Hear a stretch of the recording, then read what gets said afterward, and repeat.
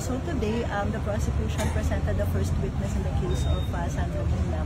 So the first witness is Sandro Mulak himself.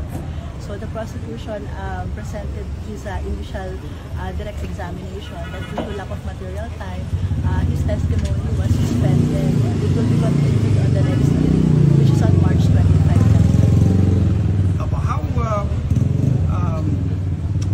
How confident were you na kaya pa rin pong itayo itong kasong ito, ma'am, no? For your, in deference to your clients, if you're going to base this mga sinabi ko kanina ni Sandro? Actually, what has happened a while ago, we do not go yet, they do not go yet to the substance of the case. They're just in the preliminaries. So we cannot, of course, we are bored to discuss about the merits of the case. But yung nangyari lang kanina are preliminaries to the direct examination of Sandro. So the substance as what happened on that day, which is the subject of the information, was not yet testified. Opo. Meron po ba kayong mga request sa korte that you hope that the court will grant your client?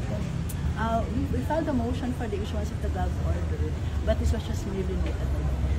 Opo, alright. Sige po. Ma'am, how's your client? Well, of course, they're fighting now. They still with a firm stand that they're innocent in this case. And today they appeared before the court, and they will comply with all the proceedings of the court, and they will testify also to the court of their innocence. Ngayong araw, sir, nakapagbigay na po kayo ng pahayag sa korte. Natapos po ba ito, sir? Nag-testify na po ako kanina. Hindi nga lang po natapos, pero we're one step closer to justice. Malapit na rin to, natapos.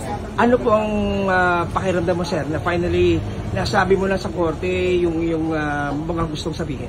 Sobrang gumaan din yung loob ko. Pero yun nga, hindi pa tapos. Meron pang hearing, mas ano pa to, mas makakamit ko pa yung justice kapag nasabi ko na lahat ng kailangan ko sabihin. Pero ngayon hindi pa. Pero malapit na tayo din. Sa kwento mo, sir, kanina, sa tingin mo, kalahati na ba to? 3/4? Yes, kalahati na. Kalahati na. Kalahati na. Pero yung mga, sa tingin mo, mga mahalagang detalye, nabanggit mo naman na kanina? Wala pa. Wala pa yung mahalagang, wala pa yung mga important details. Pero next hearing, andun na lahat yun.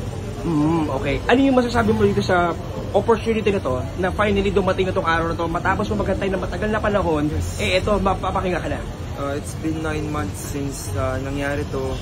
Tagal din ang hinihintay namin, buong family namin. Ang dami namin pinagdadaanan because of this. Pero ito na, malapit na. This is the time na makakabawi na tayo and makakamit ko na yung justice para sa akin. So Sandro, gusto ko lang sana kunin yung reaction mo dun sa 9 months na paghintay. How are you? Paano ka nag-cope? Coping, I'm not saying na I'm fully healed, pero yung suporta ng parents ko, suporta ng mom ko, yung girlfriend ko, lahat sila nandyan lang sa tabi ko. So, hindi ko na-feel na mag-isa ako kasi nandyan sila sa tabi ko. And I'm really thankful din sa DOJ, sa lahat ng mga fiscal. Tinulungan po nila ako na makamit ko yung tamang hustisya para sa akin. Sa Behavioral Science Division ng NBI, maraming salamat po dahil dito sila para mag-witness para sa akin. Mga ilan, sir, yung witness na dumating para po magbigay ng payagan sa support po sa inyo? Dumating po 6 na taga-NBI po and taga-BSD ng NBI. Gaano ka-importante sa iyo ito, sir? Very important kasi since yung nangyari yun, sa kanila ako nagsumbong, sila ang nag-alaga sa akin for the whole 6 months na nag-therapy ako sa kanila. So malaki utang na loob ko sa NBI dahil sila yung nag-alaga sa akin. Tinututukan nila ako palagi. Kaya maraming salamat sa NBI, BSD.